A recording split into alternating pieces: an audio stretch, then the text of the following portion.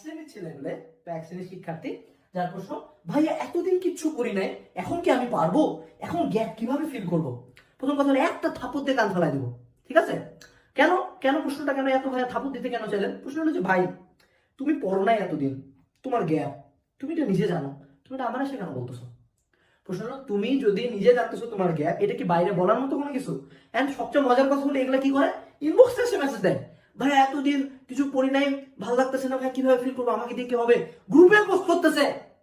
এই, এটা কি গ্রুপে পোস্ট করার মতো জিনিস? এটা কি কোনো তুমি ব্র্যাক করতেছো, কোনো অর্জন এটা তোমার লাইফে, যে গ্রুপে পোস্ট করে যাচ্ছ যে ভাই আমাদের হবে কিনা, ভাই আমি খুব ডিপ্রেস, ভাই আমি করতে পারি না, 6 মাস 7 মাস এই হয়েছে ওই হয়েছে? এটা গ্রুপে পোস্ট করার জিনিস না। এটা গ্রুপে পোস্ট করার জিনিস না তো। এত বেহায়া কেমনে হইলা? জিনিসটা এরকম যে একজন আসে একটা খারাপ কাজ করছে, খুব, এটা তার খুব লজ্জার জিনিস। ঠিক আছে? সে টু সে তোমার বাড়ির কোন একজন লোক পালায় গেছে, ধরো তোমার বউ পালায় গেছে, সে টু সে খারাপ জিনিস, এটা তোমার কাছে অবশ্যই লজ্জার জিনিস। এটা কি বাইরে বলার মতো জিনিস? তুমি কি যা বাইরে সাইন করে দাঁড়ানো, আমার বউ পালা গেছে, তা তুমি বাইরে কেন সাইন করতে হবে দাঁড়ানো, আমি কিছু করি না, আমার তো গ্যাপ? ফেসবুকের ফলাফল তোমার পড়া করে দিবে? আমি পড়াশোনা করে দিব?